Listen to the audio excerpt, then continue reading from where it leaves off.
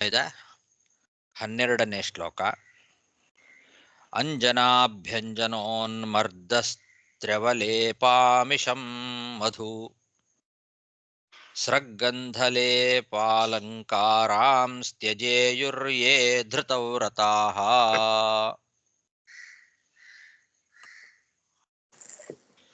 ಬ್ರಹ್ಮಚಾರಿಗಳ ನಿಯಮ ಏನು ಹೇಳಿದ್ರು ಆ ಬ್ರಹ್ಮಚಾರಿಯಂತೆಯೇ ಗುರುಕುಲದಲ್ಲಿ ವಾಸ ಮಾಡತಕ್ಕಂತಹ ಗೃಹಸ್ಥರು ಕೂಡ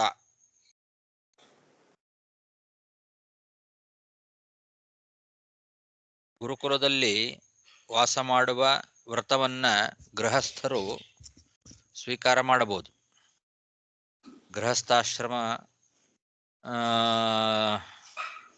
ಗೃಹಸ್ಥಾಶ್ರಮದಲ್ಲಿದ್ದ ಮೇಲೂ ಕೂಡ ಗುರುಕುಲದಲ್ಲಿ ವಾಸ ಮಾಡತಕ್ಕಂತಹ ಒಂದು ನಿಯಮವನ್ನ ಸ್ವೀಕಾರ ಮಾಡಿದರೆ ಅವನು ಗುರುಕುಲದಲ್ಲಿ ವಾಸ ಮಾಡತಕ್ಕಂತಹ ಗೃಹಸ್ಥ ಕಣ್ಣಿಗೆ ಕಾಡಿಗೆ ಎಲ್ಲ ಹಚ್ಕೊಳ್ಬಾರ್ದು.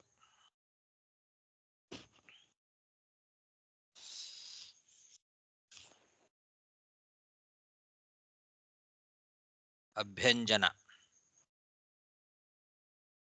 ಆಮೇಲೆ ಮೈ ಮಾಲಿಶ್ ಮಾಡಿಸ್ಕೊಳ್ಳೋದು, ಇದೆಲ್ಲ ಮಾಡಬಾರ್ದು. ಅಭ್ಯಂಜನ, ಅಂಜನ. ಅಂಜನ ಅಂದ್ರೆ ಕಣ್ಣಿ ಕಾಡಿಗೆ. ಅಭ್ಯಂಜನ ಅಂತಂದ್ರೆ ಎಣ್ಣೆ ಹಚ್ಕೊಂಡು ಸ್ನಾನ, ಎಣ್ಣೆ ಮಾಲಿಶ್ ಮಾಡಿಸ್ಕೊಳ್ಳೋದು. ಆಮೇಲೆ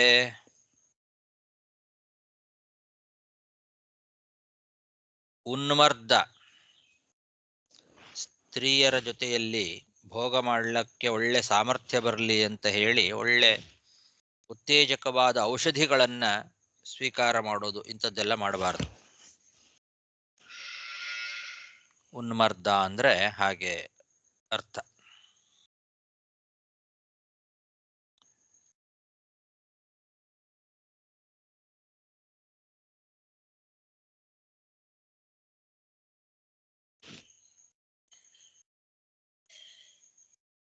ಮಾಂಸಾಹಾರ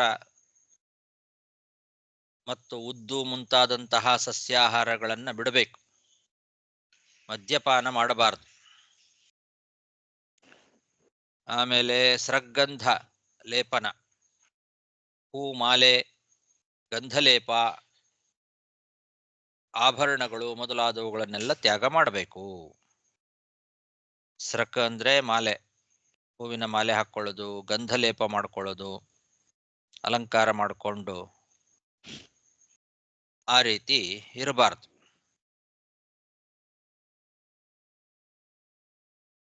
ಆಮಿಷಂ, ಮಧು.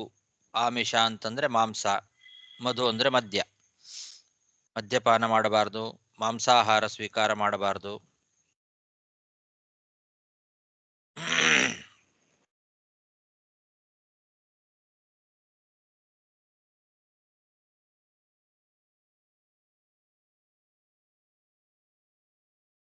ಸ್ತ್ರವಲೇಪ, ಸ್ತ್ರವಲೇಪ ಅಂತ ಅನ್ನೋದಕ್ಕೆ ಮದಕಾರಿಯಾದ ಸ್ತ್ರೀ ಭೋಗಕ್ಕೋಸ್ಕರ ಸೇವನೆ ಮಾಡ್ತಕ್ಕಂತಹ ಪದಾರ್ಥಗಳು. ಸ್ತ್ರೀ ಭೋಗ ಸಾಮರ್ಥ್ಯಕ್ಕೋಸ್ಕರ ಪದಾರ್ಥಗಳನ್ನ ಮದವನ್ನ ಉಂಟು ಮಾಡತಕ್ಕಂತಹ ಪದಾರ್ಥಗಳ ಸೇವನೆ ಎಲ್ಲ ಮಾಡಬಾರದು.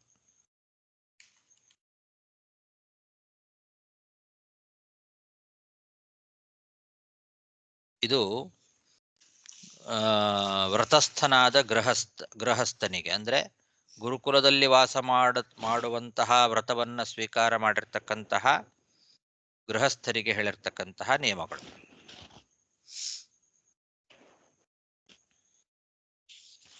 ಅಭ್ಯಂಜನೋನ್ಮರ್ದಸ್ತ್ರ್ಯವಲೇಪಾಮಿಷಂ ಮಧು. ಅಂಜನಾಭ್ಯಂಜನೋನ್ಮರ್ದಸ್ತ್ರ್ಯವಲೇಪಾಮಿಷಂ ಮಧು ಸ್ರಗ್ಗಂಧಲೇಪಾಲಂಕಾರಾಂ ತ್ಯಜೇಯುರ್ಯೇ ಧೃತವ್ರತಾಃ.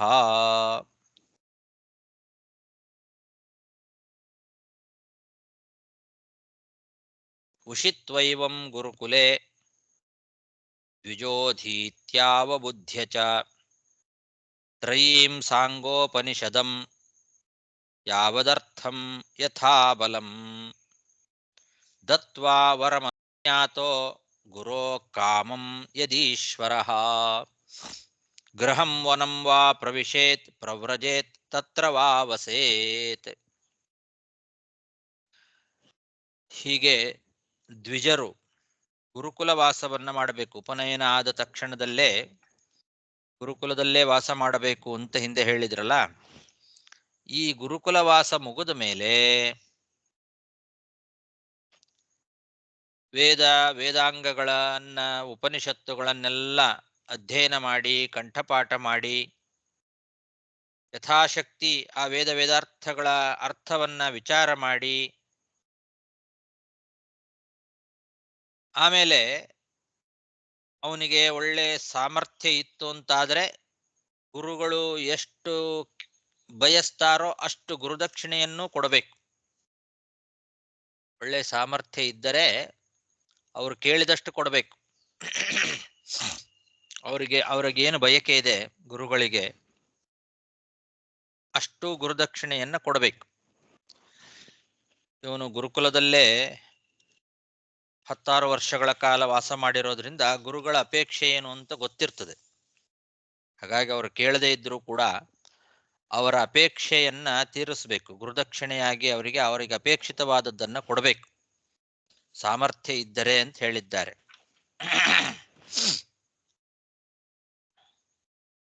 ಅವಬುದ್ಧ್ಯ ಚ ಅಂತ ಅದನ್ನ ತಿಳ್ಕೊಂಡು ಯಥಾಬಲಂ ಯಾವದರ್ಥಂ ಯಥಾಬಲಂ ಯಾವದರ್ಥಂ ಕೊಡಬೇಕು. ಅಂದ್ರೆ ಅವರ ಬಲ, ಗುರುಗಳಿಗೆ ದಕ್ಷಿಣೆ ಕೊಡಬೇಕು ಅಂತ ಹೇಳಿ ಶಕ್ತಿ ಮೀರಿ ಕೊಡ್ಲಿಕ್ಕೆ ಹೋಗಬಾರ್ದು.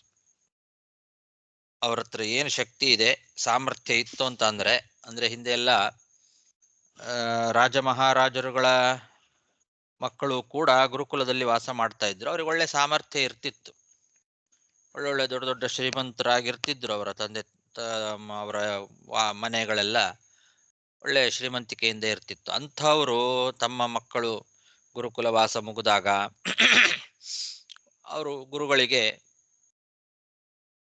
ಅವರ ಸಾಮರ್ಥ್ಯಕ್ಕೆ ಅನುಗುಣವಾಗಿ ದಕ್ಷಿಣೆಯನ್ನು ಕೂಡ ಕೊಟ್ಟು ಯಥಾಬಲಂ ಯಾವದರ್ಥಂ ದತ್ವಾ ಆಮೇಲೆ ಆ ಗುರುಗಳ ಅನುಮತಿಯನ್ನ ಪಡೆದು ಆ ಗುರುಕುಲದಿಂದ ಬಂದು ದೂರದಲ್ಲಿ, ಗುರುಕುಲದಿಂದ ಸ್ವಲ್ಪ ದೂರದಲ್ಲಿ ಗೃಹಸ್ಥಾಶ್ರಮವನ್ನಾಗಲಿ ಅಥವಾ ವಾನಪ್ರಸ್ಥಾಶ್ರಮವನ್ನಾಗಲಿ ಸ್ವೀಕಾರ ಮಾಡಬೇಕು. ಗುರುಕುಲದಿಂದ ಅವರ ಗುರುಗಳ ಅನುಮತಿಯನ್ನು ಪಡೆದು ಬಂದು ಆಮೇಲೆ ಗೃಹಸ್ಥಾಶ್ರಮವನ್ನು ಸ್ವೀಕಾರ ಮಾಡಬಹುದು. ಮಾಡಲೇಬೇಕು ಅಂತೇನಿಲ್ಲ, ಮದುವೆ ಮಾಡ್ಕೊಳ್ಳೇಬೇಕು ಅಂತೇನಿಲ್ಲ. ವಾನಪ್ರಸ್ಥಾಶ್ರಮವನ್ನು ಸ್ವೀಕಾರ ಮಾಡಬಹುದು ಅಥವಾ ಸನ್ಯಾಸಿಯೂ ಆಗಬಹುದು. ಗುರುಕುಲ ವಾಸದಿಂದ ಬ್ರಹ್ಮಚಾರಿ ಆದವನು ನೇರವಾಗಿ ಸನ್ಯಾಸಿಯೂ ಆಗಬಹುದು, ಅಥವಾ ನೇರವಾಗಿ ವಾನಪ್ರಸ್ಥನೂ ಆಗಬಹುದು, ಅಥವಾ ಗುರುಗಳ ಅನುಮತಿಯನ್ನು ಪಡೆದು ಗೃಹಸ್ಥಾಶ್ರಮವನ್ನು ಸ್ವೀಕಾರ ಮಾಡಬಹುದು. ಕಾಮಂ ಅಂದಿದ್ದಾರೆ, ಅವನ ಇಚ್ಛೆ ಅದು. ಗುರುಗಳ ಅನುಜ್ಞೆಯನ್ನು ಪಡೆದು ಅಲ್ಲಿಂದ ಹೊರಟು ಗೃಹಂ ವನಂ ವಾ ಪ್ರವಿಶೇತ್ ಪ್ರವ್ರಜೇತ್ ತತ್ರ ವಾ ಅವಸೇತ್, ಕೊನೆಗೆ ಅಲ್ಲೇ ಇರಬಹುದು ಅಂತಲೂ ಹೇಳಿದ್ದಾರೆ. ಗುರುಕುಲವನ್ನು ಮುಗಿಸಿ ಹೋಗಬೇಕು ಅಂತೇನಿಲ್ಲ, ಗುರುಕುಲದಲ್ಲೇ ವಾಸ ಮಾಡಬಹುದು. ನೈಷ್ಠಿಕ ಬ್ರಹ್ಮಚಾರಿಯಾಗಿ ನಾನು ಇಲ್ಲೇ ಇದ್ದು ಬಿಡ್ತೇನೆ ಅಂತ ಅವನಿಗೇನಾದ್ರು ಅಪೇಕ್ಷೆ ಇದ್ರೆ ಗುರುಕುಲದಲ್ಲೇನೆ ವಾಸ ಮಾಡಬಹುದು. ಗುರುಕುಲವನ್ನ ತ್ಯಾಗ ಮಾಡಿ ಹೋಗಬೇಕು ಅಂತೇನಿಲ್ಲ. ಗೃಹಸ್ಥಾಶ್ರಮವನ್ನ ಸ್ವೀಕಾರ ಮಾಡೋದಾದ್ರೆ ಸ್ವಲ್ಪ ದೂರದಲ್ಲಿ ಹೋಗಿ ಮಾಡಬೇಕು ಅಂದಿದ್ದಾರೆ. ಗುರೋರಾಜ್ಞಾನುರೋಧೇನ ದೂರಸ್ಥೋವಾ ಗೃಹೀ ಭವೇತ್ ಅಂತ. ಗುರುಕುಲದಿಂದ ದೂರದಲ್ಲಿ ಹೋಗಿ ಗೃಹಸ್ಥಾಶ್ರಮವನ್ನು ಸ್ವೀಕಾರ ಮಾಡಬಹುದು ಅಂತ. ಇಲ್ಲಿ ಕಲಿಯುಗದಲ್ಲಿ ವಾನಪ್ರಸ್ಥಾಶ್ರಮ ಮತ್ತು ನೈಷ್ಠಿಕ ಬ್ರಹ್ಮಚರ್ಯ ಇದು ನಿಷಿದ್ಧ ಅಂತ ಹೇಳಿದ್ದಾರೆ. ಗುರುಕುಲವಾಸ ಮುಗಿದ ಮೇಲೆ ಗುರುಗಳ ಅನುಮತಿ ಸಿಕ್ಕರೆ ಗೃಹಸ್ಥನಾಗಬಹುದು, ಸನ್ಯಾಸಿಯೂ ಆಗಬಹುದು. ವಾನಪ್ರಸ್ಥನಾಗೋದು ಮತ್ತು ನೈಷ್ಠಿಕ ಬ್ರಹ್ಮಚಾರಿಯಾಗಿ ಗುರುಕುಲದಲ್ಲೇ ವಾಸ ಮಾಡೋದು ಅನ್ನೋದು ಕಲಿಯುಗದಲ್ಲಿಲ್ಲ. ಆದರೆ ಶಾಸ್ತ್ರ ಅದನ್ನು ಹೇಳಿದೆ. ನೈಷ್ಠಿಕ ಬ್ರಹ್ಮಚಾರಿಯಾಗಿ ಗುರುಕುಲದಲ್ಲೇ ತನ್ನ ವಾಸವನ್ನು ಮುಂದುವರಿಸಬಹುದು, ವಾನಪ್ರಸ್ಥನೂ ಆಗಬಹುದು ಅಂತ. ಇದಕ್ಕೆಲ್ಲ ಗುರುಗಳ ಅನುಜ್ಞೆ ಬೇಕು. ಗುರೋರನುಜ್ಞಾತಃ ಅಂತಿದೆ. ಗುರುಗಳ ಅನುಮತಿಯನ್ನ ಪಡೆದು ಆಮೇಲೆ ಆ ಬ್ರಹ್ಮಚಾರಿ ಗೃಹಸ್ಥಾಶ್ರಮನೂ ವಾನಪ್ರಸ್ಥಾಶ್ರಮಿಯೂ ಸನ್ಯಾಸಿಯೂ ಆಗಬಹುದು ಅಂತ.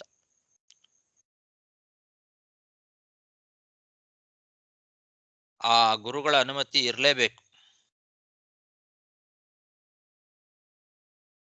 ಆದರೆ ಆ ಆಶ್ರಮ ಯಾವುದು ಅನ್ನೋದನ್ನ ತೀರ್ಮಾನ ಮಾಡೋದು ತಾನೇ. ಗೃಹಸ್ಥಾಶ್ರಮ ತಗೊಳ್ಬೇಕೋ, ವಾನಪ್ರಸ್ಥನಾಗಬೇಕೋ, ಸನ್ಯಾಸಿ ಆಗಬೇಕೋ ಅನ್ನೋ ನಿರ್ಧಾರವನ್ನ ಆ ಬ್ರಹ್ಮಚಾರಿ ತಾನೇ ಅದನ್ನ ಸ್ವೀಕಾರ ಮಾಡಬೇಕು. ತಾನು ಗುರುಗಳಿಗೆ ಹೇಳಬೇಕು, ಇಂಥ ಆಶ್ರಮವನ್ನು ನಾನು ಸ್ವೀಕಾರ ಮಾಡ್ತೇನೆ ಅಂತ. ಆವಾಗ ಗುರುಗಳು ಅದಕ್ಕೆ ಅನುಮತಿಯನ್ನ ಕೊಟ್ರೆ ಅದನ್ನು ಮಾಡಬಹುದು ಅಂತ. ಹೀಗೆ ಈ ಶ್ಲೋಕ ನೋಡಿದಾಗ ಕಾಮಂ ಯದಿ ಈಶ್ವರ ಗುರೋರನುಜ್ಞಾತಃ ಅಂತ, ತಾನು ಇಚ್ಛೆ ಪಟ್ರೆ ಯಾವ ಆಶ್ರಮ ಬೇಕಾದ್ರೂ ಸ್ವೀಕಾರ ಮಾಡಬಹುದು, ಗುರುಗಳ ಅನುಜ್ಞೆ ಪಡಿಬೇಕು ಅಂತ. ಆದರೆ ಗುರೋರಾಜ್ಞಾನುರೋಧೇನ ಅಂತ ಇಲ್ಲಿ ಪದ ಇದೆ.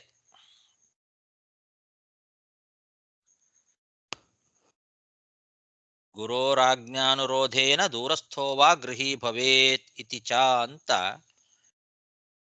ಆಚಾರ್ಯರು ಒಂದು ವಾಕ್ಯವನ್ನ ಇಲ್ಲಿ ಉದಾಹರಿಸ್ತಾ ಇದ್ದಾರೆ. ಗುರುಗಳ ಆಜ್ಞೆಗೆ ಅನುಸಾರವಾಗಿ ಗೃಹಸ್ಥ ಆಶ್ರಮ, ವಾನಪ್ರಸ್ಥ ಆಶ್ರಮ ಅಥವಾ ಸನ್ಯಾಸವನ್ನು ಸ್ವೀಕಾರ ಮಾಡಬೇಕು ಅಂತ. ಇದು ಮಧ್ವಾಚಾರ್ಯರು ಕೋಟ್ ಮಾಡಿರ್ತಕ್ಕಂತಹ ಒಂದು ಪ್ರಮಾಣ ವಾಕ್ಯ. ಅಂದ್ರೆ ಬೇರೆಯ ಯಾವ ಆಶ್ರಮವನ್ನು ಸ್ವೀಕಾರ ಮಾಡಬೇಕು ಅನ್ನೋದನ್ನು ಕೂಡ ಗುರುಗಳೇ ನಿರ್ಧಾರ ಮಾಡಬೇಕು ಅಂತ ಅರ್ಥ. ಈ ಹಿಂದಿನ ವಾಕ್ಯವನ್ನ, ಭಾಗವತದಲ್ಲಿ ಬಂದಂತಹ ವಾಕ್ಯವನ್ನ ನಾವು ನೋಡಿದ್ರೆ, ಗುರುಗಳ ಅನುಜ್ಞೆಯನ್ನು ಪಡೆದ್ರೆ ಸಾಕು, ಯಾವ ಆಶ್ರಮ ಸ್ವೀಕಾರ ಮಾಡಬೇಕು ಅನ್ನೋದನ್ನ ತಾನೇ ನಿರ್ಧಾರ ಮಾಡಬೇಕು ಅನ್ನೋ ರೀತಿಯಲ್ಲಿದೆ ಭಾಗವತ ಶ್ಲೋಕ. ಅದಕ್ಕೆ ಆ ರೀತಿ ಅರ್ಥ ಅಲ್ಲ ಅನ್ನೋದನ್ನ ಸ್ಪಷ್ಟಪಡಿಸ್ಲಿಕ್ಕೆ ಮಧ್ವಾಚಾರ್ಯರು ಈ ವಾಕ್ಯವನ್ನ ಉದಾಹರಿಸ್ತಾ ಇದ್ದಾರೆ.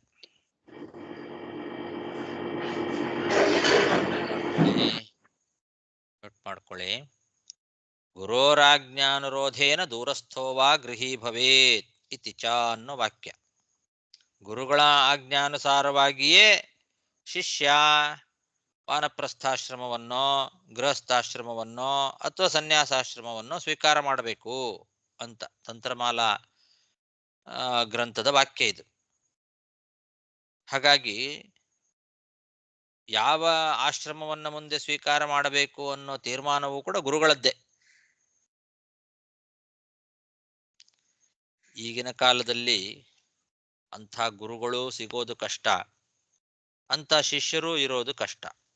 ಹಾಗಾಗಿ ಇದನ್ನೆಲ್ಲ ಈಗಿನ ಕಾಲಕ್ಕೆ ಅಪ್ಲೈ ಮಾಡ್ಕೊಳ್ಳೋದು ಸ್ವಲ್ಪ ಕಷ್ಟ ಆಗ್ತದೆ. ಆದರೆ ನಿಯಮ ಇರೋದು ಹಾಗೆ, ಗುರುಗಳೇ ತೀರ್ಮಾನ ಮಾಡಬೇಕು. ಅವರಿಗೆ ಶಿಷ್ಯನ ಒಂದು ಸಾಮರ್ಥ್ಯ, ಶಿಷ್ಯನ ಸ್ವಭಾವ ಗೊತ್ತಿರ್ತದೆ. ಅದನ್ನೆಲ್ಲ ಪರೀಕ್ಷೆ ಮಾಡಿ ಆ ಶಿಷ್ಯನಿಗೆ ಎಲ್ಲ ವಿದ್ಯೆಯನ್ನು ಧಾರೆ ಎರೆದು ಕೊಟ್ಟಿರ್ತಾರೆ ಅವರು ಗುರುಗಳು. ಹಾಗಾಗಿ ಮುಂದೆ ಅವನು ಏನಾಗಬೇಕು, ಏನಾಗ್ತಾನೆ ಎಲ್ಲ ಅವರಿಗೆ ಗೊತ್ತಿರ್ತದೆ. ಮದುವೆ ಮಾಡ್ಕೊಳ್ಬೇಕಾ, ಅಥವಾ ಸನ್ಯಾಸಿ ಆಗಬೇಕಾ, ಅಥವಾ ಅವನು ವಾನಪ್ರಸ್ಥನಾಗಬೇಕಾ ಅನ್ನೋದು ಗುರುಗಳದ್ದೇ ತೀರ್ಮಾನ. ಅವ್ರು ಹೇಳಿದ ಹಾಗೆ ಮಾಡಬೇಕು. ಗೃಹಸ್ಥಾಶ್ರಮವನ್ನ ಸ್ವೀಕಾರ ಮಾಡೋದು ದೂರಸ್ಥೋವಾ ಗೃಹೀ ಭವೇತ್ ಅಂತ ಇದೆ ಇಲ್ಲಿ ತಂತ್ರಮಾಲಾ ಗ್ರಂಥ. ದೂರಸ್ಥ ಗೃಹಿ ಅಂದ್ರೆ ಮನೆಗಿಂತ ದೂರ ಅಂದ್ರೆ ವಾನಪ್ರಸ್ಥ, ಸನ್ಯಾಸ ಅಂತ ಹೀಗರ್ಥನೂ ಬರ್ತದೆ. ಅದಕ್ಕೆ ದೂರಸ್ಥ ಅನ್ನೋದಕ್ಕೆ ಮನೆಯಿಂದ ದೂರ ಅಂದ್ರೆ ವಾನಪ್ರಸ್ಥನಾಗಿ ಅಥವಾ ಸನ್ಯಾಸಿಯಾಗಿ ಅಥವಾ ನೈಷ್ಠಿಕ ಬ್ರಹ್ಮಚಾರಿಯಾಗಿಯೂ ಇರಬಹುದು. ಅಲ್ಲೇ ಗುರುಕುಲದಲ್ಲೇ ಗುರುಗಳ ಆಜ್ಞೆಯನ್ನು ಪಡೆದು ನೈಷ್ಠಿಕ ಬ್ರಹ್ಮಚರ್ಯವನ್ನು ಸ್ವೀಕಾರ ಮಾಡಿ ಗುರುಕುಲದಲ್ಲೇ ವಾಸವನ್ನು ಮುಂದುವರಿಸಬಹುದು ಅಂತ, ಅದಕ್ಕೂ ಅವಕಾಶ ಇದೆ.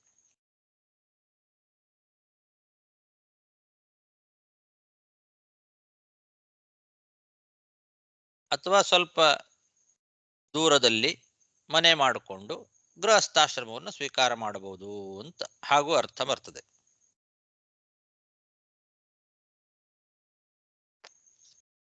ಹೀಗೆ ಬ್ರಹ್ಮಚಾರಿ ತಾನು ಗುರುಕುಲ ವಾಸವನ್ನು ಮುಗಿಸಿ ಏನು ಮಾಡಬಹುದು ಅಂತನ್ನೋದನ್ನ ಈ ಶ್ಲೋಕ ನಿರೂಪಣೆ ಮಾಡಿದೆ. ಉಷಿತ್ವೈವಂ ಗುರುಕುಲೆ ದ್ವಿಜೋಧೀತ್ಯಾವಬುಧ್ಯ ಚ ತ್ರಯೀಂ ಸಾಂಗೋಪನಿಷದಂ ಯಾವದರ್ಥಂ ಯಥಾಬಲಂ ದತ್ವಾವರಮನುಜ್ಞಾತೋ ಪುರೋಕ್ಕಾಮಂ ಯದೀಶ್ವರಃ ಗೃಹಂ ವನಂ ವಾ ಪ್ರವಿಶೇತ್ ಪ್ರವ್ರಜೇತ್ ತತ್ರ ವಾ ವಸೇತ್ ಅಗ್ನೌ ಗುರಾವಾತ್ಮನಿ ಚ ಸರ್ವಭೂತೇಷ್ವಧೋಕ್ಷಜಂ ಭೂತೈಃ ಸ್ವಧಾಮಭಿಃ ಪಶ್ಯೇದಪ್ರವಿಷ್ಟಂ ಪ್ರವಿಷ್ಟವತ್.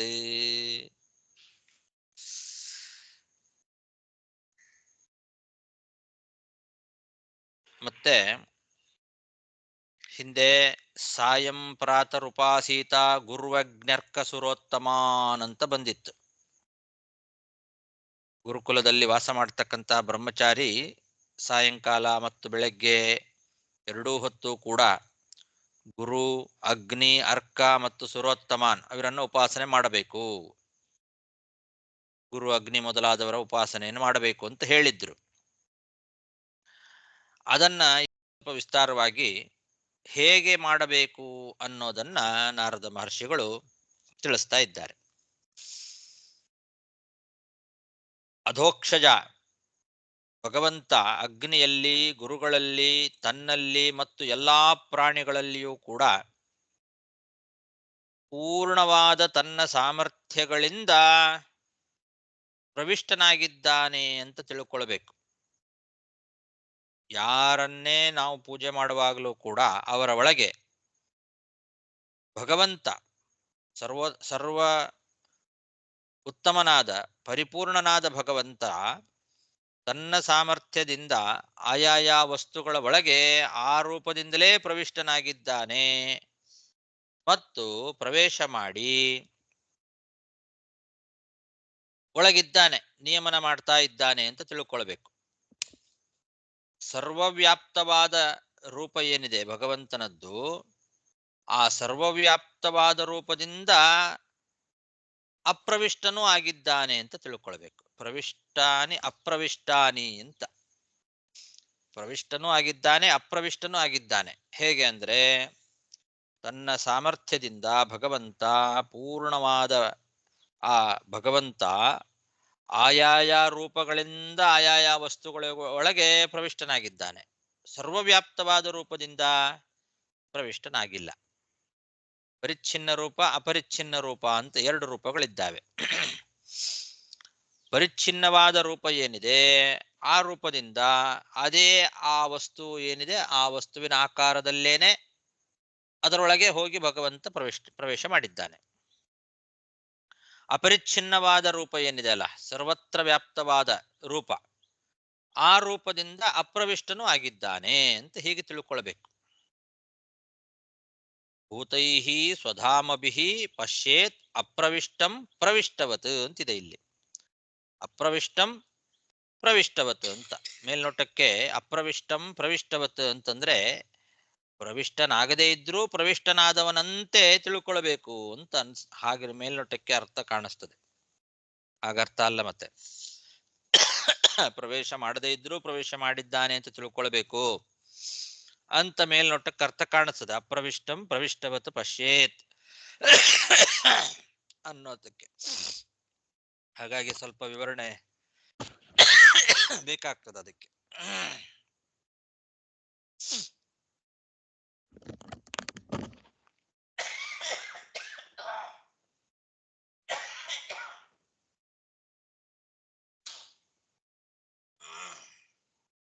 ನಾರಾಯಣ.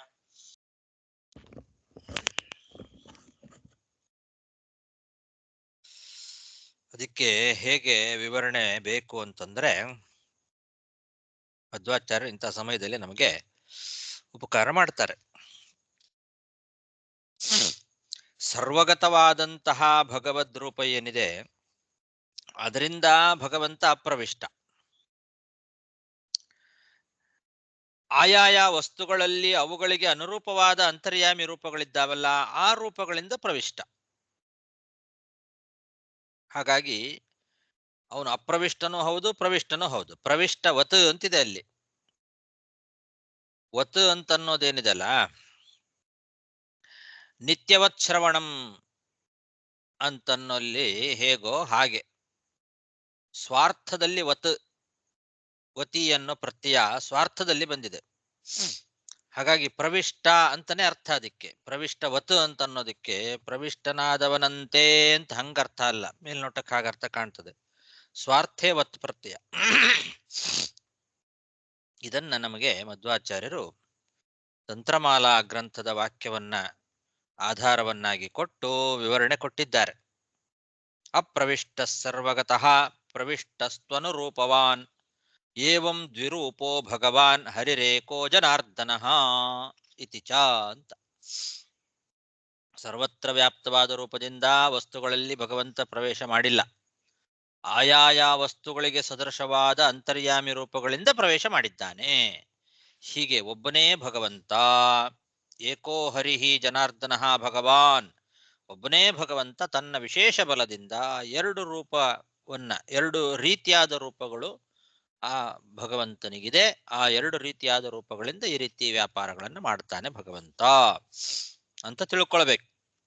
ಹಾಗಾಗಿ ಪ್ರವಿಷ್ಟಂ ಅಪ್ರವಿಷ್ಟಂ ಪ್ರವಿಷ್ಟವತ್ ಅಂತ ಅನ್ನೋದಕ್ಕೆ ಪ್ರವಿಷ್ಟನೂ ಹೌದು, ಅಪ್ರವಿಷ್ಟನೂ ಹೌದು ಅಂತ. ಬೇರೆ ವ್ಯಾಖ್ಯಾನಕಾರರೆಲ್ಲ ಅವರು ಇದಕ್ಕೆ ಬೇರೆ ಅರ್ಥ ಮಾಡಿದ್ದಾರೆ. ಇದರ ವಿವರಣೆಯನ್ನು ಸರಿಯಾಗಿ ಅವರು ಕೊಟ್ಟಿಲ್ಲ. ಪರಮಾತ್ಮನಲ್ಲಿ ಅಂತರ್ಯಾಮಿ ರೂಪ ವ್ಯಾಪ್ತ ಅಂತ ವಿಶೇಷವನ್ನ ನಾವು ಅಂಗೀಕಾರ ಮಾಡಿದ್ದೇವೆ. ವಿಶೇಷ ಅಂತನ್ನೋದು ಭಗವಂತನನ್ನ ಈ ರೀತಿ ಅನೇಕ ರೂಪಗಳಿದ್ರೂ ಅವನು ಏಕರೂಪ.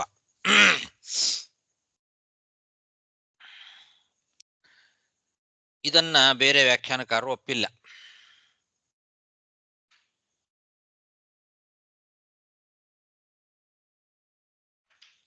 ಶ್ರೀಧರಿಯ ವ್ಯಾಖ್ಯಾನದಲ್ಲಿ ಅವರು ಹೇಗೆ ವಿವರಣೆ ಕೊಟ್ಟಿದ್ದಾರೆ ಅಂದ್ರೆ, ಭಗವಂತ ಎಲ್ಲದಕ್ಕೂ ಉಪಾದಾನ ಕಾರಣ. ಹಾಗಾಗಿ ಉಪಾದಾನ ಅನ್ನೋದು ಮೊದಲೇ ಇರಬೇಕು. ಉಪಾದೇಯಕ್ಕಿಂತ ಮೊದಲು ಉಪಾದಾನ ಇರಬೇಕು. ಕಾರಣವಾದದ್ದು ಕಾರ್ಯಕ್ಕಿಂತ ಮೊದಲು ಇರಬೇಕು. ಹಾಗಾಗಿ ಮೊದಲೇ ಇರುವ ಭಗವಂತ ಅಗ್ನಿಯಾದಿಗಳಲ್ಲಿ ಪ್ರವೇಶ ಮಾಡಲಿಕ್ಕೆ ಸಾಧ್ಯ ಇಲ್ಲ. ಪ್ರವೇಶ ಮಾಡೋದು ಅಂದ್ರೆ ಏನು? ಇಲ್ಲದೇ ಇದ್ದದ್ದು ಆಮೇಲೆ ಪ್ರವೇಶ ಮಾಡೋದು ಅಂತ. ಮೊದಲೇ ಇದ್ದಾನೆ, ಮತ್ತೇನು ಪ್ರವೇಶ ಮಾಡೋದು? ಆದ್ರಿಂದ ಅಪ್ರವಿಷ್ಟ ಅಂತ ಹಿಂಗೆ ವಿವರಣೆ ಕೊಟ್ಟಿದ್ದಾರೆ. ಮತ್ ಪ್ರವಿಷ್ಟ ಹೇಗೆ ಅಂದ್ರೆ, ಆದರೂ ಉಪಾಸನೆ ಮಾಡುವಾಗ ನಿಯಾಮಕನಾಗಿ ಪ್ರವಿಷ್ಟ ಅಂತ ಈ ರೀತಿ ವ್ಯಾಖ್ಯಾನ ಮಾಡಿದ್ದಾರೆ. ಎಲ್ಲ ವ್ಯಾಖ್ಯಾನಗಳು ಇದನ್ನೇ ಅನುಸರಣೆ ಮಾಡಿದ್ದಾವೆ. ಎಲ್ಲರೂ ಹಾಗೆ ಹೇಳಿದ್ದಾರೆ. ಮೊದಲೇ ಭಗವಂತ ಕಾರಣ ರೂಪದಿಂದ ಎಲ್ಲಾ ವಸ್ತುಗಳಲ್ಲಿ ಪ್ರವೇಶ ಮಾಡಿದ್ರಿಂದ ಮತ್ತೊಮ್ಮೆ ಪ್ರವೇಶ ಮಾಡ್ಲಿಕ್ಕೆ ಸಾಧ್ಯ ಇಲ್ಲ. ಹಾಗಾಗಿ ಅಪ್ರವಿಷ್ಟ ಅವನು. ಆದರೂ ಪ್ರವಿಷ್ಟ ಯಾಕೆಂದ್ರೆ ಉಪಾಸನಾ ಕಾರಣ. ಉಪಾಸನೆಯ ಮಾಡುವ ಸಮಯದಲ್ಲಿ ನಿಯಾಮಕನಾಗಿ ಪ್ರವಿಷ್ಟ ಅಂತ. ಸ್ವಧಾಮಭಿಹಿ ಅಪ್ರವಿಷ್ಟಂ ಅಂತ ಇದೆ ಇಲ್ಲಿ. ಭೂತೈಹಿ ಸ್ವಧಾಮಭಿಹಿ ಪಶ್ಯೇದ್ ಅಪ್ರವಿಷ್ಟಂ ಅಂತ. ತನ್ನನ್ನು ಆಶ್ರಯಿಸಿರುವ ಪ್ರಾಣಿಗಳಿಂದ ಭಗವಂತ ಅಪ್ರವಿಷ್ಟನಾಗಿಲ್ಲ. ಅಂದ್ರೆ ಪ್ರಾಣಿಗಳ ಪ್ರವೇಶದಿಂದ ತನ್ನಲ್ಲಿ ಅವುಗಳ ದೋಷವನ್ನ ಅಂಟಿಸ್ಕೊಳ್ಳೋದಿಲ್ಲ. ಪ್ರಾಣಿಗಳ ಒಳಗೆ ಪ್ರವೇಶ ಮಾಡಿದ ಕೂಡಲೇ ಆ ಪ್ರಾಣಿಗಳಲ್ಲಿರುವ ದೋಷ ಅವನಿಗೆ ಬರೋದಿಲ್ಲ. ಒಳಗೆ ಹೊರಗೆ ಎಲ್ಲ ಕಡೆಯಲ್ಲಿ ವ್ಯಾಪ್ತನಾದ್ದರಿಂದ ತಾನು ಅವುಗಳಲ್ಲಿ ಪ್ರವಿಷ್ಟನಾದಂತೆಯೇ ಅಂತ ಈ ರೀತಿ ತಿಳ್ಕೊಳ್ಬೇಕು ಅಂತ ವೀರರಾಘ ವ್ಯಾಖ್ಯಾನದಲ್ಲಿ ಅವರು ಹೇಳಿದ್ದಾರೆ.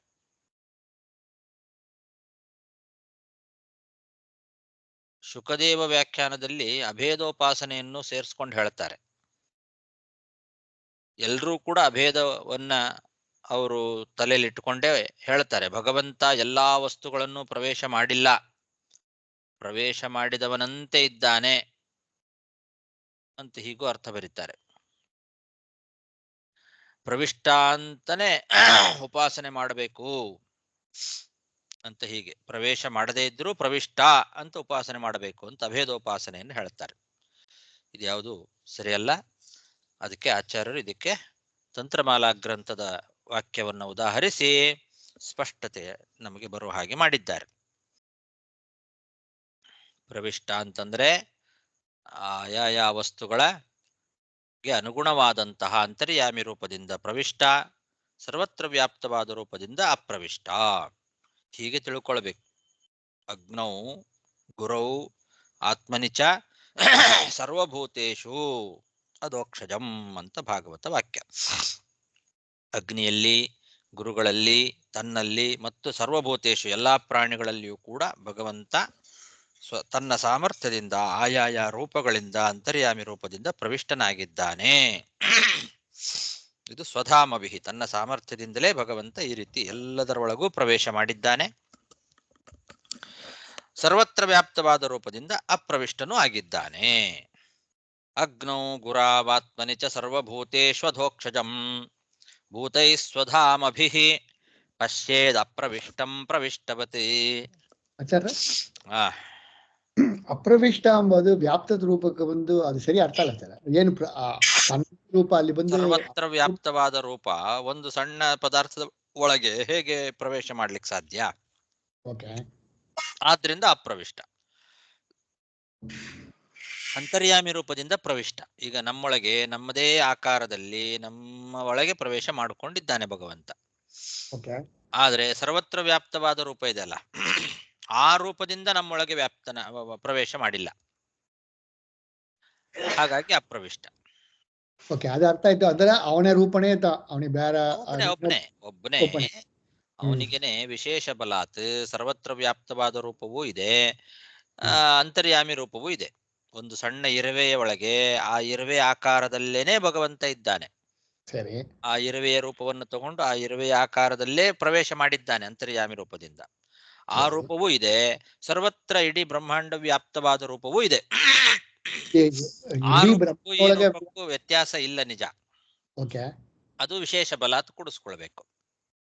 ಈ 14 ಲೋಕ ಬ್ರಹ್ಮಾಂಡ ಒಳಗೂ ದೇವರು ವ್ಯಾಪ್ತ ಇದ್ದಾನ ಹಂಗೆ ಅಂದ್ರೆ ಅದು ಬ್ರಹ್ಮಾಂಡ ಒಳಗೆ ಇದ್ದಾನಲ್ವ? ಅಲ್ಲಲ್ಲ, ಇಡೀ ಸರ್ವತ್ರ ವ್ಯಾಪ್ತವಾದ ರೂಪನೂ ಒಂದಿದೆ. ಬ್ರಹ್ಮಾಂಡದ ಹೊರಗೂ ಒಳಗೂ ವ್ಯಾಪ್ತವಾದ ಭಗವಂತನ ರೂಪ ಏನಿದೆ, ಆ ರೂಪದಿಂದ ಇದ್ರೊಳಗೆ ಸೇರ್ಕೊಂಡಿಲ್ಲ, ಅಪ್ರವಿಷ್ಟ ಅಂತ. ಹಾಗೆ ಆಚಾರ್ಯ, ಅದು ರೂಪ ಅಂದ್ರೆ ಅದು ಆಕಾರ ಮಾತ್ರನ ಇಲ್ಲ ಅವ್ರವ್ರ ಯೋಗ್ಯತೆಗೆ ಅನ್ನೋ ತರ ಬರುತ್ತಾ ಒಂದೊಂದ್ ಜೀವದೊಳಗೆ ಪರಮಾತ್ಮನಿದ್ರು? ಎರಡು ಇಟ್ಕೋಬಹುದು.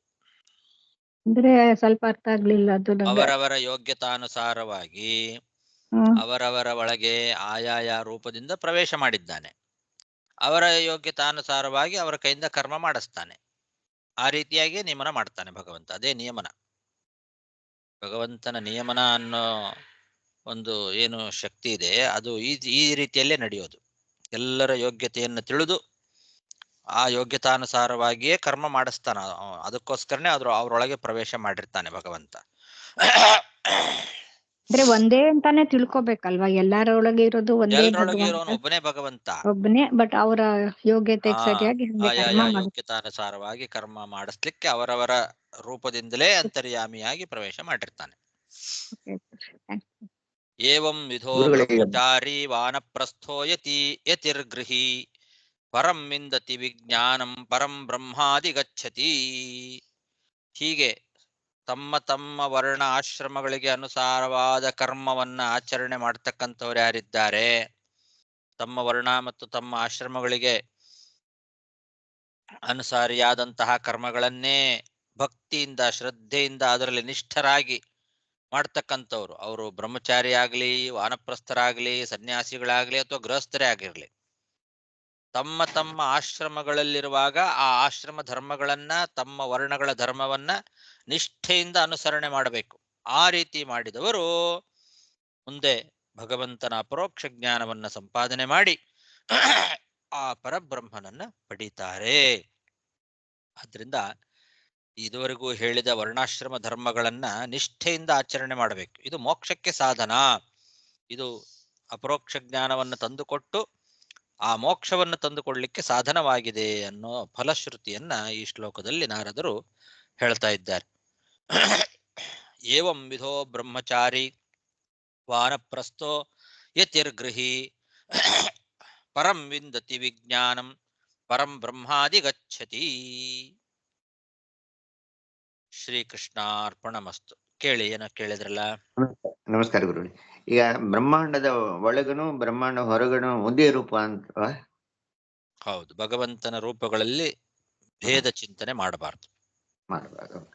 ಆದ್ರೆ ಅದು ತುಂಬಾ ಕಷ್ಟ ಇದೆ ನಾವು ಆಲೋಚನೆ ಮಾಡೋದು. ನಮ್ಮ ಬುದ್ಧಿಗೆ ಅನುಗುಣವಾಗಿ ತಿಳಿಲಿಕ್ಕೋಸ್ಕರ ಹಾಗೆ ಹೇಳ್ತಾರೆ. ಅಂತರ್ಯಾಮಿ ರೂಪ ಹೀಗಿದೆ ಹೀಗಿದೆ ಅಂತ. ನಮಸ್ಕಾರ. ಸರ್, ಈ ವ್ಯಾಪ್ತ ಮಾಡಕ್ಕೆ ಸಾಧನೆ ಇದು ಅವನ ರೂಪವೇ ಅದು ಕಾರಣ. ಅದು ಹೆಂಗ ವ್ಯಾಪ್ತ ಆಗ್ತಾರೆ ದೇವರು? ತನ್ನ ರೂಪದಿಂದೇ ವ್ಯಾಪ್ತವಾಗ್ತಾರೆ. ಎಲ್ಲ ಕಡೆಯಲ್ಲೂ ಭಗವಂತ ಇದ್ದಾನೆ ಅಂತ ತಿಳ್ಕೊಳ್ಬೇಕು. ಅದೇ ವ್ಯಾಪ್ತೋಪಾಸನೆ. ಸರ್ವತ್ರ ಭಗವಂತನ ಚಿಂತನೆ ಮಾಡೋದು. ವ್ಯಾಪ್ತೋಪಾಸನೆ ಮಾಡೋದು ನಮ್ಮಂತವರಿಂದ ಸಾಧ್ಯ ಇಲ್ಲ. ವ್ಯಾಪ್ತೋಪಾಸಕರು ಬೇರೆಯವರಿದ್ದಾರೆ. ಅದಕ್ಕೆ ನಾನು ಹೇಳಿದ್ದು ಅದೆಲ್ಲ ತುಂಬಾ ಕಷ್ಟ ವ್ಯಾಪ್ತೋಪಾಸನೆ ಮಾಡೋದು. ಎಲ್ಲಿ ನೋಡಿದರೂ ಭಗವಂತನನ್ನ ಕಾಣ್ತಕ್ಕಂಥವ್ರು ಇದ್ದಾರೆ. ಆ ತರ ಯೋಗ್ಯತೆ ಇರೋದವರು ವಾಯುದೇವರು ಮತ್ತವರ ನಾವು. ಹೌದು, ರುಜುಗಳು ದೇವತೆಗಳೆಲ್ಲ ವ್ಯಾಪ್ತೋಪಾಸಕರು. ಆ ರೂಪ ಬಂದು ಅದಕ್ಕೆ ಕೂಡ ದೇವರು ಸಾಧನ ಇದು ಅದು ಒಂದು ರೂಪದಿಂದ ತಿಳಿತೀಯ ಅವರಿಗೆ. ದೇವ್ರ ರೂಪವೇ ವ್ಯಾಪ್ತವಾಗಿದೆ ಅಂತ ತಗೊಂಬೋಕ. ಅದಕ್ಕೆ ಆಕಾರ ಉಂಟಾ ಅಂತ ಕೇಳ್ತಾನೆ. ಜ್ಞಾನಾನಂದಾತ್ಮಕವಾದ ಆಕಾರ. ಓಕೆ. ಅಪ್ರಾಕೃತವಾದ ಭಗವಂತ, ಅಪ್ರಾಕೃತವಾದ ರೂಪವೇ ಅವನಿಗೆ. ಇದಲ್ಲ ನಾವು ನೋಡೋ. ನಮಗೆ ಪ್ರಾಕೃತ ರೂಪ ತೋರಿಸಿದ್ರೆ ಮಾತ್ರ ಗೊತ್ತಾಗ್ತದೆ ಇದೊಂದು ರೂಪ ಅಂತ. ಸುಮ್ಮನೆ ಹಿಂಗೆ ಅಪ್ರಾಕೃತವಾದ ರೂಪ ಅಂತ ಹೇಳಿದ್ರೆ ಅರ್ಥನೇ ಆಗೋದಿಲ್ಲ ನಮಗೆ. ಪ್ರಾಕೃತವಾದ ಮನಸ್ಸಿಗೆ, ಪ್ರಾಕೃತವಾದ ಇಂದ್ರಿಯಗಳಿಗೆ ಅಪ್ರಾಕೃತ ರೂಪವನ್ನು ಗ್ರಹಣ ಮಾಡೋ ಶಕ್ತಿ ಇಲ್ಲ. ಆದ್ರಿಂದ ನಮಗದು ಎಷ್ಟು ಹೇಳಿದ್ರು ಅರ್ಥ ಆಗೋದಿಲ್ಲ ನಮಗೆ. ಮತ್ತು ಪ್ರಾಕೃತದ್ದೇ ಕಣ್ಮುಂದೆ ಬರುತ್ತೆ ಏನೇ ಹೇಳಿದ್ರು. ಅದಕ್ಕೆ ಅದು ಪ್ರತಿಮೆ ಅಂತ ಇಟ್ಕೊಳ್ಬೇಕು. ಪ್ರಾಕೃತವಾದದ್ದು ಅಪ್ರಾಕೃತವಾದ ರೂಪಕ್ಕೆ ಪ್ರತಿಮಾ ರೂಪದಲ್ಲಿದೆ. ಇದು ಅಲ್ಲ, ಇದು ಭಗವಂತ ಅಲ್ಲ. ನಾವು ನೋಡೋ ಯಾವ ವಸ್ತುವು ಭಗವಂತ ಅಲ್ಲ. ಅದು ಅಪ್ರಾಕೃತ ಸ್ವರೂಪ. ಅದು ನಮ್ಮ ಕಣ್ಣಿಗೆ ಕಾಣಿಸೋದಿಲ್ಲ. ಇದನ್ನ ತಿಳ್ಕೊಬೇಕಷ್ಟೆ. ಹೀಗೆ ಅಂತ ತಿಳ್ಕೊಳ್ಬೇಕಷ್ಟೇ ಹೊರತು ಅದನ್ನು ಅನುಭವಿಸ್ಲಿಕ್ಕೆ ಸಾಧ್ಯ ಇಲ್ಲ ನಾವು. ಅದು ಅಪರೋಕ್ಷ ಜ್ಞಾನ ಬಂದಾಗಲೇ ಅನುಭವಕ್ಕೆ ಬರೋದು. ಈ ತರ ಗುರುಗಳು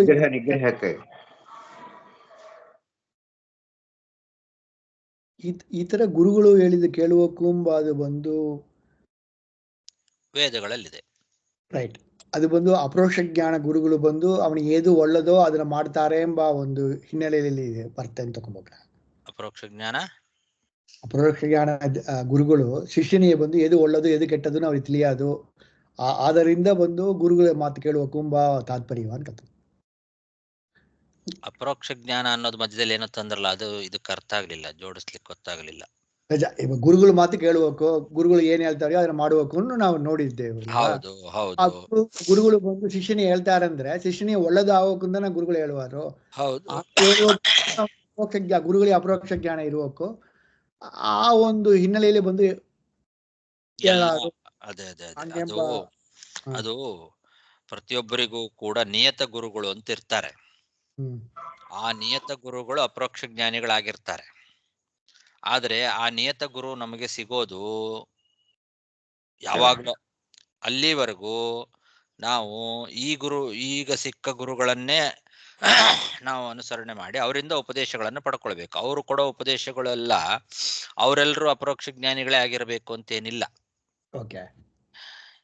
ಈ ಗುರುಗಳಿಂದ ನಾವು ಪಡ್ಕೊಳ್ತೇವಲ್ಲ ಜ್ಞಾನ, ಅವರು ಶಾಸ್ತ್ರಗಳಲ್ಲಿ ಇದ್ದದ್ದನ್ನ ಅಧ್ಯಯನ ಮಾಡಿ ಶಾಸ್ತ್ರೋಕ್ತವಾದ ರೀತಿಯಲ್ಲಿ ಉಪದೇಶಗಳನ್ನ ಕೊಡ್ತಾರೆ. ಅವರಿಗೆ ಶಿಷ್ಯನ ಯೋಗ್ಯತೆ ಪೂರ್ತಿ ಗೊತ್ತಿರೋದಿಲ್ಲ. ನಿಯತ ಗುರುಗಳು ಅಂತ ಏನಿರ್ತಾರೆ, ಆ ನಿಯತ ಗುರುಗಳು ಕೊನೆಯಲ್ಲಿ ಸಿಗ್ತಾರೆ. ಈ ರೀತಿ ನಾವು ಅಲ್ಲಲ್ಲಿ ಗುರುಗಳನ್ನ ಅನುಸರಣೆ ಮಾಡಿ ಹೋಗಿ ಶಾಸ್ತ್ರಗಳನ್ನ ಅಧ್ಯಯನ ಮಾಡಿ ಮೊದಲು ಪರೋಕ್ಷ ಜ್ಞಾನವನ್ನ ಸಂಪಾದನೆ ಮಾಡಬೇಕು. ಈ ಪರೋಕ್ಷ ಜ್ಞಾನದಿಂದ ಮುಂದೆ ನಿಯತ ಗುರುಗಳು ನಮಗೆ ಸಿಕ್ಕು ಉಪದೇಶ ಮಾಡ್ತಾರೆ. ಆಮೇಲೆ ಅಪರೋಕ್ಷ ಜ್ಞಾನ ಆಗೋದು. ಓಕೆ. ಅಂದ್ರೆ ಚರ್ಮ ಜನ್ಮದಲ್ಲಿ ನೇತ ಗುರುಗಳು ಕೊಟ್ಟು ಕಳಿಸ್ತಾರೆ ಅಂತ. ಹೌದಾ ಗುರುಗಳು? ಹೌದು. ನಮಸ್ಕಾರ ಗುರುಗಳೇ. ನಮಸ್ಕಾರ ಆಚಾರ್ಯ. ನಮಸ್ಕಾರ ಗುರುಗಳೇ.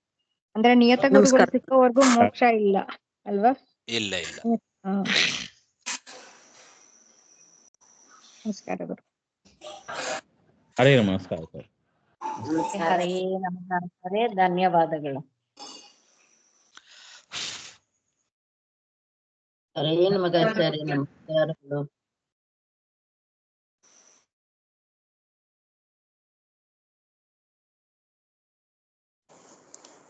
ಹರೇ ನಮಃ ಆಚಾರ್ಯ, ಧನ್ಯವಾದಗಳು. ನಾರಾಯಣ.